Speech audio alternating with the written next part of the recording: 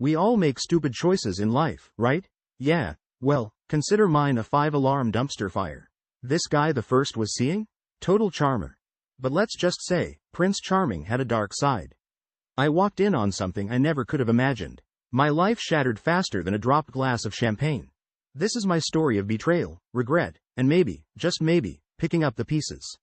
It's gonna get messy, folks. But trust me, somewhere in this dumpster fire, there's a lesson for all of us. I felt like a hurricane had torn through my life. My bag was packed, crammed with clothes and essentials, a pathetic symbol of the wreckage I left behind. The echo of my husband's, "Is there someone else?" still hung in my ears like a death knell. Honestly, my affair had been so predictable. Any rom-com would have foreshadowed the barista with the kind smile, me bored and lonely in a lackluster marriage. Even the name of my lover, Alex, was generic. But hey, when you're living a cliché, details don't matter. My head throbbed. I shouldn't have stayed up all night, chain smoking on his balcony. Staring out at the city, I felt stupid, not glamorous. Alex slept soundly beside me, and for a second, I wished my husband would just walk through the door. He'd probably be disappointed, but pity was better than Alex's icy silence. "Get up," Alex mumbled, nudging me, "I have a meeting." Of course, he did. Big, important work meetings that I never got to hear about. The apartment was all sleek lines and sharp angles, like something out of a design magazine. Expensive, not cozy. My stomach twisted. Had I really traded my family home, the chipped paint on the kitchen table, my kids' laughter, for this? I don't think this is working out, I stammered. Alex looked up, annoyance flashing across his face. "Come on, don't do this here. You're tired. We'll talk later." Talk later? As if there was anything left to say. I grabbed my bag, feeling sick and shaky. He didn't try to stop me. Like it was just an inconvenience, me leaving, not his whole world blowing up. My brother, bless him, opened his door without a question. I collapsed onto his worn-out sofa, the smell of old books and takeaway oddly comforting. "I messed up," I croaked, trying to blink back the tears. "I messed up so badly." He just nodded, putting the kettle on. It was a small thing, but I'd braced myself for at least a little bit of, "I told you so." Loyal as always. The phone rang, jolting me. It was my husband. My stomach churned. I could barely speak. All I got out was, "It's over." And it was. My whole life, carelessly thrown overboard like garbage. The world felt tilted. Everything I thought I knew, everything I took for granted, just ash in my hands now. My brother, ever the practical one, was already making lists. Phone numbers to change, lawyers to consult. The words bounced off me like I was made of Teflon. All I could see was my husband's face, the hurt so raw it twisted something inside me. "Stop it," I snapped at my brother. "I haven't even talked to him properly since I left." Shame flooded me, hot and bitter. My phone buzzed. It was him, of course. My pulse quickened. Part of me wanted to toss the phone across the room, to finally burn that bridge. Another, smaller part, wanted to hear his voice, needed his anger, anything that felt familiar. "Hello?" I tried to sound normal, but my voice cracked.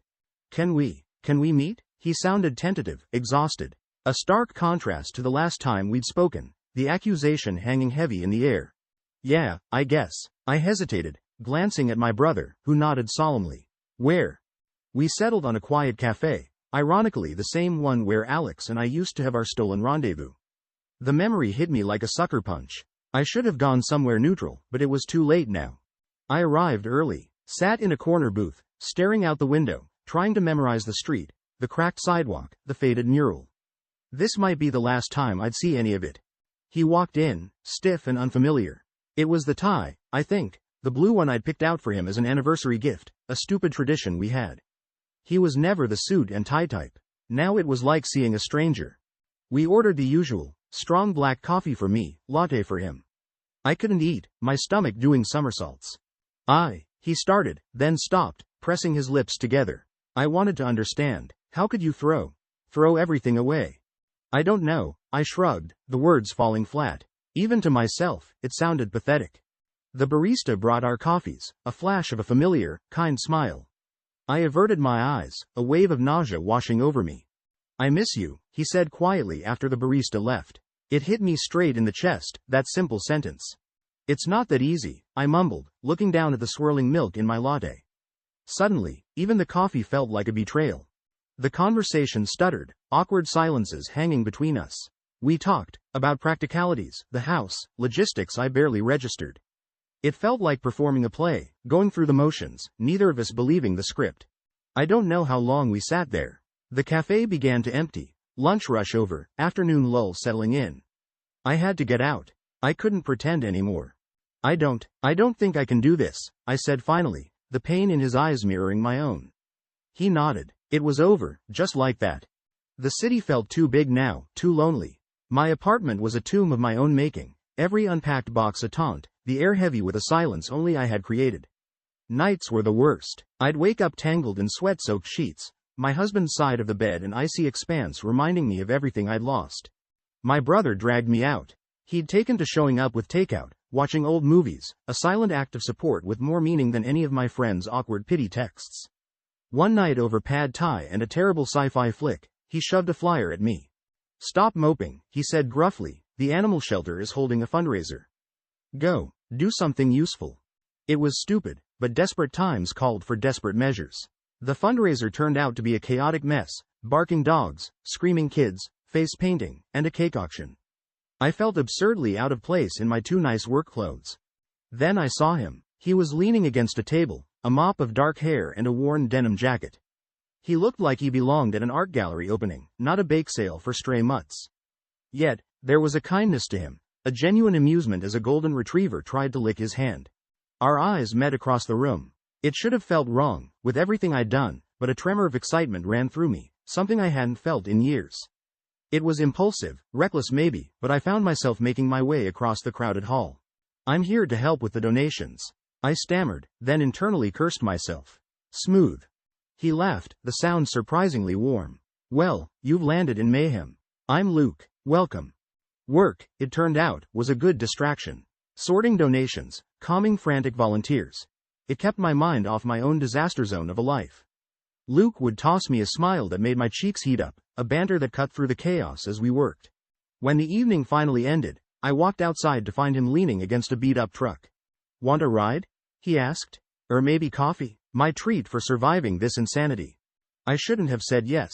I knew that, but somewhere deep down, a reckless, desperate part of me needed this. Badly. The coffee place was small, crowded, and loud. A total contrast to the polished cafes Alex favored. With Luke, it felt normal. Our worlds couldn't have been more different, yet we talked for hours. Not the easy lies with Alex, but messy truths. My broken marriage, his nomadic life, chasing the next temporary job.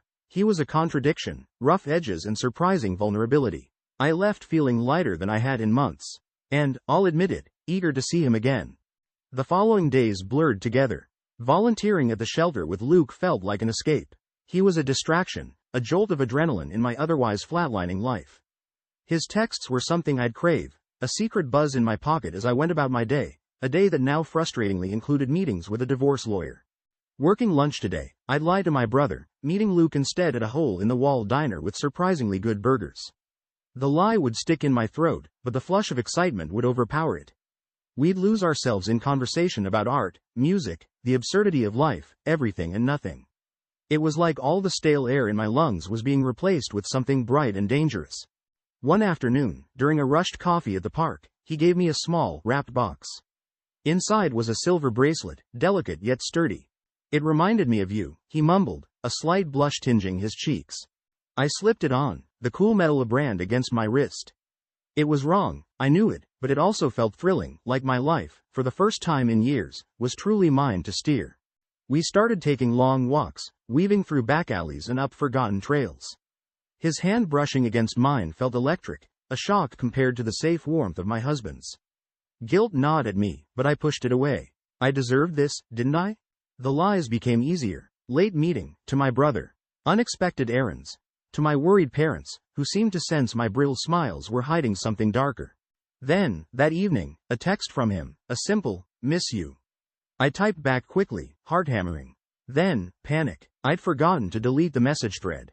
The sound of my husband's footsteps in the hall sent me scrambling to shove my phone in my pocket.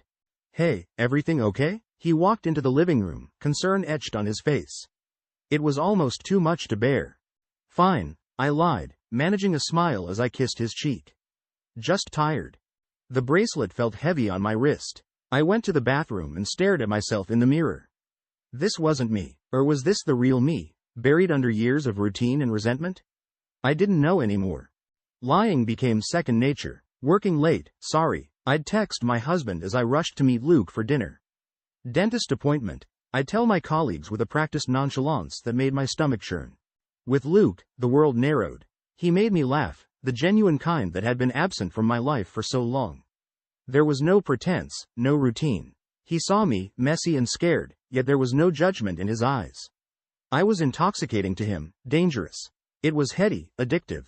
One rainy day, we took refuge in a dusty used bookstore. The smell of old paper and leather felt oddly comforting, as if some part of me still craved a familiar anchor in this storm I created. Tell me something no one else knows, he said suddenly. And I did. Not everything, of course, but enough. Shameful moments of broken trust with my husband, the stifling resentment that had built for years. I don't get it, Luke said, not in a judgmental tone, just confused. You could just leave. Why all this dishonesty? I went quiet. Could I leave? My brother's worry, my parents' inevitable disappointment, the way my world would unravel. It felt like too much to bear. But wasn't that what I'd already done? My brother, bless him, sensed something was wrong. We'd always been close, more like friends than siblings sometimes. Over takeout one night, he held my gaze over the half-eaten pad thai. Talk to me, his voice was gentle. I miss my sister. The tears spilled out before I could stop them. Not messy sobs, just a steady stream down my face, the way rain falls on a still lake. The guilt, so carefully tucked away, burst open, and I knew it was finally time to face the mess I'd made. That night, I dreamt of my husband finding Luke's bracelet. I woke up gasping for air, his quiet breathing beside me like a ticking time bomb. In the bathroom, the mirror gave back a gaunt reflection. I barely recognized myself. My life became a waking nightmare. Each morning, I'd plaster on a smile for my brother, who looked at me with a resigned sadness that was somehow worse than anger. Evenings with my husband were strained, filled with silences so thick I felt like I was suffocating. I'd disappear into the bathroom, staring at the bracelet on my wrist like it was a viper ready to strike. Arguments with Luke started happening more often. The carefree lightness we had was gone, replaced by a demanding possessiveness. When are you going to leave him? He'd ask, a sneer twisting his usually kind face. I don't know, I'd answer honestly. I was an idiot, I knew, but I was also terrified. Leaving meant blowing up my entire world. The shame of facing my family, the loss of the home I'd built with my husband, it felt unbearable. One day, on a whim, I visited Mrs. Harris, my old elementary school teacher. She was now retired, a silver-haired woman with eyes that still held a surprising warmth. In her small, book-lined study, I crumbled. The story tumbled out, the affair, the guilt, the lies. She listened, a quiet sadness in her eyes. My dear, she said after a long silence, love is messy. But this isn't love, not anymore. It's a cage you've built for yourself. Her words sliced through the excuses I'd spun for myself like a razor. I walked home in a daze, the city streets a blur. My parents wouldn't understand, they never would. I imagined my siblings' cold contempt, the whispered gossip at family dinners. Luke wasn't the answer either. He was exciting, yes, but I'd begun to see the cracks he hid so carefully under his messy charm. It was a desperate, selfish love, not the kind that could rebuild a life. That night, I dreamt of packing a suitcase and walking away. Away from everyone, my husband, Luke, the ruins of my own choices. But then I'd wake up in a cold sweat, the weight of my life, my mistakes, pinning me to the bed. Change was terrifying. Staying, it seemed, was equally unbearable. I was a prisoner of my own making. I should have known, but when Luke texted, "Come over, we need to talk," a sick dread filled me. His apartment, once a thrilling escape, now felt cold and sterile, like him. He didn't even try to soften it. "You need to make a choice." His voice was harsh, echoing the impatience that had become his default tone. "It has to be me." Panic surged through me, a primal fear that went beyond Luke or my husband. This was my life spiraling out of control, crashing down around me. Could I actually leave everything behind? Face my parents' devastated eyes? Build a world from nothing, tainted by how it had begun? "I can't," I choked out, "please." "What, you expect me to wait forever?" He scoffed, the cruelty in his voice cutting deeper than any direct insult. "You're pathetic." His words stung. Each syllable felt like a slap. Hot tears spilled down my cheeks. This wasn't supposed to be how it happened. In some twisted fantasy it was passion, a stolen life of adventure, not this cold ultimatum. "Fine, my voice barely above a whisper, "Then I guess this is over." "Don't act like you're making the sacrifice," he snarled, turning away. I stumbled out of his apartment, a sob catching in my throat. The bus ride home was a blur. Shame washed over me. For lying, for the weakness that kept me trapped. But there was defiance sparking too, a flicker of anger at Luke showing me who he truly was. Walking into our apartment felt like walking into a mausoleum. My husband was in the kitchen, his back to me. He always stood ramrod straight, but now his shoulders slumped, a defeated air clinging to him. Something in me twisted at the sight. He turned, and I saw it in his eyes, the flicker of hope, already dimmed by a knowing hurt. My stomach clenched. "Is there someone else?" His voice was quiet, almost resigned, as if he'd been expecting the answer all along. And that was it, the moment everything shattered. My tongue felt thick in my mouth. The truth, ugly and raw, clawed its way up my throat. But even as I opened my mouth to speak, a small, cowardly part of me hoped something would magically stop me. "Yes," I finally choked out, the single syllable hanging in the air like a death knell. "There's someone else." His face crumpled. It wasn't anger, but something worse, a complete devastation, a draining of all hope. He stared at me, his eyes widening slightly as the realization washed over him. "Luke?" he guessed, his voice barely above a whisper. A bitter laugh escaped me. "So you do pay attention." It was the wrong thing to say. A flicker of fury replaced the hurt, his hands clenching into fists. "Stop acting like you're the victim here," he said, his voice rising. But then his anger seemed to deflate, replaced by a bone-deep weariness. "Just get out." I started babbling apologies and excuses, pathetic, meaningless words that bounced off of his silence. Vaguely, I registered him sinking onto the sofa, burying his head in his hands. All that remained was the cold detachment in his voice as he said, "Please, just go." A suitcase, just one, was all I took. It felt too symbolic, a cliché from a bad movie. The family photos on the hallway walls seemed to accuse me, the smiles of my younger self mocking my betrayal. Walking out that door was the hardest thing I'd ever done. It was also shockingly easy. No dramatic farewell, no lingering glances, just my husband's slumped figure disappearing in the rearview mirror as I drove off, my broken life contained in a single bag on the passenger seat. The weight of what I'd done finally hit me, not a blaze of guilt, but a dull, crushing ache. This was the road I chose, littered with the wreckage of my own making. I had nowhere to go, of course. Luke, I knew, wouldn't be waiting with open arms. I was on my own. I drove until the city lights faded into the twilight, and all that was left was me, a single suitcase, and the vast unknown hurtling towards me. The knock on Luke's door felt hesitant, a weak echo of my desperate state. When he opened it, the smile he usually reserved for me was replaced by a wary confusion. The stench of cheap beer and stale pizza hit me as I stepped across the threshold of his meticulously neat apartment. Now, it felt alien. "Hey, you weren't supposed to be here today," he mumbled, awkwardness replacing his bravado. A flicker of doubt shot through me, but I pushed it away. That night, I called my brother. Forced cheerfulness felt like shards of glass against my throat as I pretended everything was fine. His silence, heavy and disapproving on the other end of the line, was enough to make me want to hurl the phone across the room. My parents responded with a coldly worded email expressing their disappointment, the lack of screaming accusations paradoxically worse. I read it over and over, the distance in their words cutting deeper than any direct reproach could. Work was a nightmare. I'd attend meetings with Luke, desperately trying to look nonchalant under the pitying, knowing stares of colleagues. Gossip swirled around me, a relentless storm I couldn't escape. But nothing, not the judgment, not the loneliness, compared to living with Luke. The veneer of his charm cracked, revealing a controlling, selfish man beneath. Our conversations were arguments now, our silences heavy with resentment. He'd come home late, a sneer on his lips and reeking of unfamiliar perfume.